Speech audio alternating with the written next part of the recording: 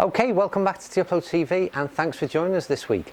We are back up in Clark's Golf Centre in Rainhill in Merseyside. Not been here for quite some weeks, maybe even months, and looking forward to testing out some new golf product which we've not seen much of over the last few months.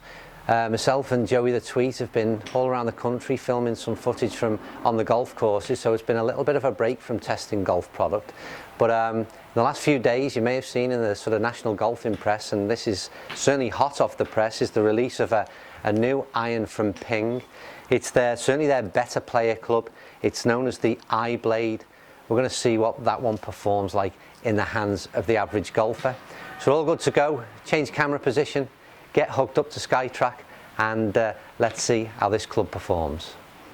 Okay, right, we're good to go. Quick setup, and it literally was that.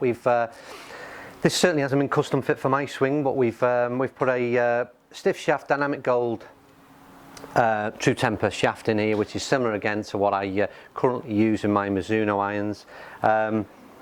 But in terms of lie angle and so on and so forth, this has literally just been, it's pretty much off the shelf. So we'll see how that goes. But don't forget, if you're considering buying any golf club, set of irons, new driver, make sure you take the time to get these things custom fit and right for you. Anyway, Ping iBlade, literally hot off the press, this golf club. It has just arrived. It's not available in the shops to purchase as yet. We'll be very interested to see how this thing performs in the hands of the average golfer. It's perhaps not aimed at the average golfer. I'd certainly suggest it's aimed at low handicappers. Any blade that's produced would be sort of aimed at that marketplace. But I think what has certainly happened over the years, and the Mizuno MP5s, for example, is an example of exactly that, is that they've made them far easier to hit. It's not a blade of old where it literally needs to be a pure strike out the middle. There is certainly a lot more forgiveness in these clubs than there used to be, and that's what I'd be expecting from the iBlade today. It's certainly what Ping are claiming. They say it's their most forgiving blade that they've ever manufactured. Interesting thing is it's not a forged head, which perhaps I would have expected.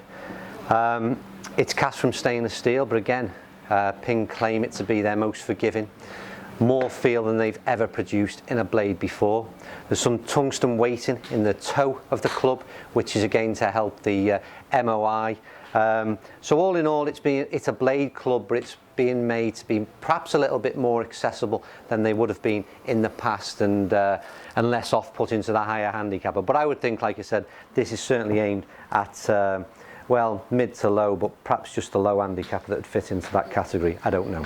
Take a look at them yourselves. I mean, in terms of aesthetics, you certainly need a bit of confidence in your ball striking with an iron, because when you sit this one behind the golf ball, the first thing you're met with is a very thin top line and a very compact head with minimum offset. So all those things visually need some confidence in terms of being able to get up there and still confidently strike that ball. It's something that I personally like, and I'm perhaps not good enough to use these clubs, but in terms of visuals, I like how compact these designs are. I like the thin top line, and I don't like to see much offset from the club either. So all those things would tick a box for me, but certainly not for everybody. Now, whether or not I like the look of it, whether or not I can hit the thing, is another matter altogether. So in terms of visuals, I mean, this is minimalistic to say the least. I've never seen, it almost looks like a prototype club that you'd see. Very few markings on the club head whatsoever. There's a small reference to the name, which is the iBlade, as I've mentioned, and there is a number of the club on the sole, and that's it. There is nothing else, no go faster stripes, no markings, no colourings, no nothing. It's as pure as it comes in terms of the visuals. So yeah, it'd be interesting to see people's opinions on that across the shops when it's released. Interestingly enough, I watched a video yesterday, and it was Rick Shields who does some great videos, yeah. But he described this club as being sexy. Sexy. Now, I'm not too sure I'd go that far. I don't think I'd ever describe a golf club as being sexy, but I get what he means. It's an attractive looking golf club. I'll go that far. But sexy, no, I can't say that, I'm afraid. Anyway, enough of aesthetics, let's see how it performs. Joey, are we good to go on Skytrack? All set to go. Have you missed it up here at Clark's Golf Centre? We've not been for a while. No, I haven't missed the cold, but it's quite nice today. So we normally see Joe this is normally our winter pursuit where we're not playing much golf in terms of video and outside there on the course. So a lot of clubs seem to be released between October and March, so we spend our time testing some golf clubs out. But it was a bit cold, Joe, last year, wasn't it? Yeah, freezing. We need sort of we need an outdoor bay with some indoor heating. Would be nice for this winter. We'll put a request in. Anyway, enough talking. Let's see how this club performs in the hands of the average golfer. Right, first one. So let's see what it does. Certainly got a nice feel to the weight in the balance and the swing. And the first thing to note is and I've hit a few balls before we've come onto camera to get an idea of what I think of the club, because we'll only hit 5 on camera, but prior to hitting, one noticeable thing is the launch angle. This is a 7-iron, by the way, that I'm hitting. 34 degrees of loft on this club. How did it do with the first ball, Joe? 165. So 165 in terms of overall yardage. 152 was the carry. Spin, a bit low actually, isn't it? 4.5. 4.5 isn't too high. My ball flight, or shape rather, is always that right to left, so always produce more sort of top spin with that sort of right to left ball flight. So but yeah, 4,500. And what was the launch angle? That's the interesting bit. 22 degrees 22, as well. Yeah. That seems again very easy to launch. I was going to say pinged up in the air then, Joe. Yeah, relevant that. Yeah. Bit of ground there. Interesting enough there, now you'll have heard from the contact, and it won't do as much in terms of the distance, but a little bit of ground before the ball.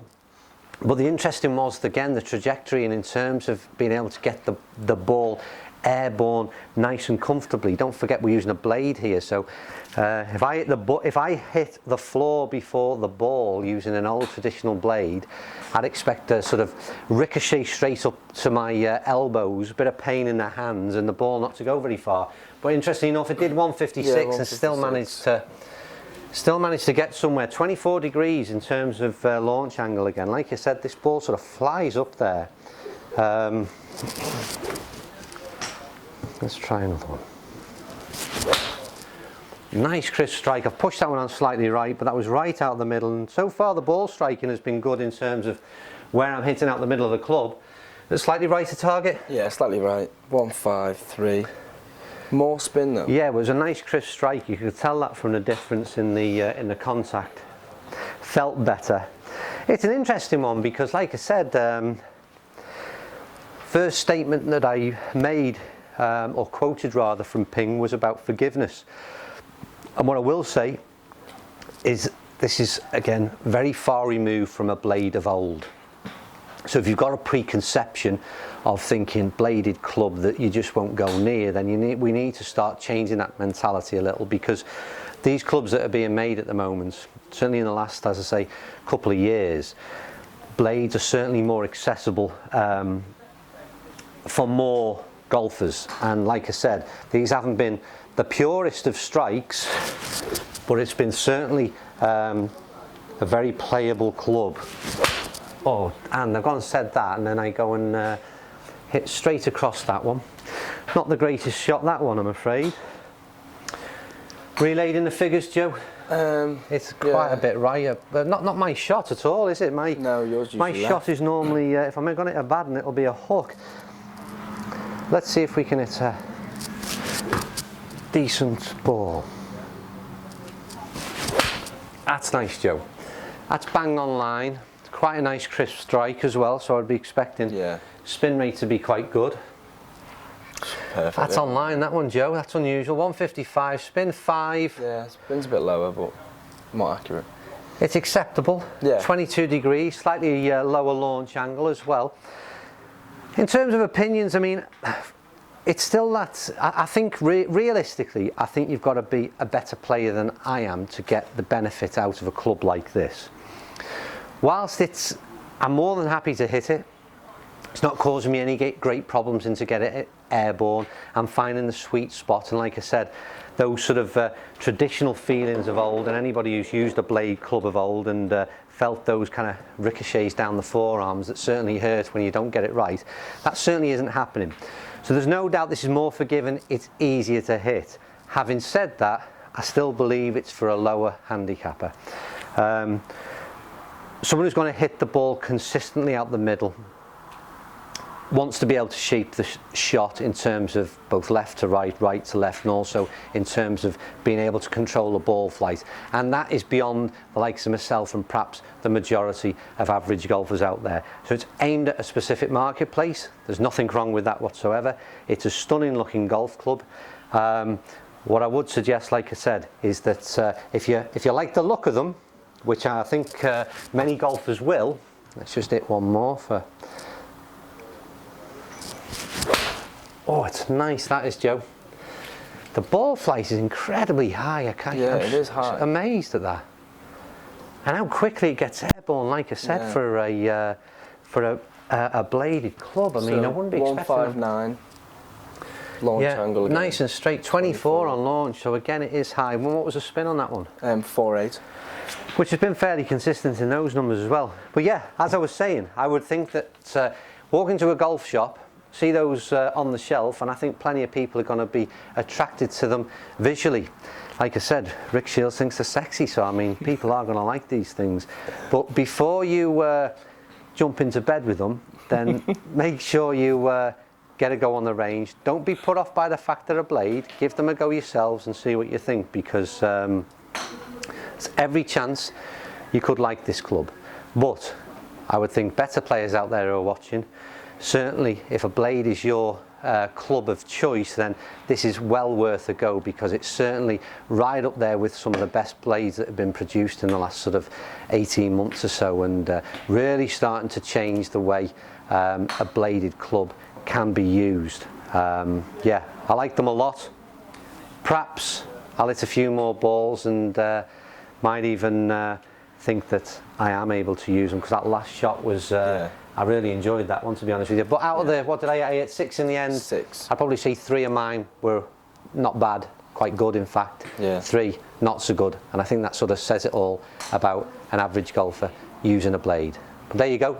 Hope you enjoyed that one. It was good to be back in Clark's Golf Centre up at Rainhill. As I say, if you're considering any irons, drivers or clubs, make sure you come to Rainhill and get fitted out. Superb centre here for that kind of thing, and you really should be looking to get custom fit for any of the clubs that you're considering buying.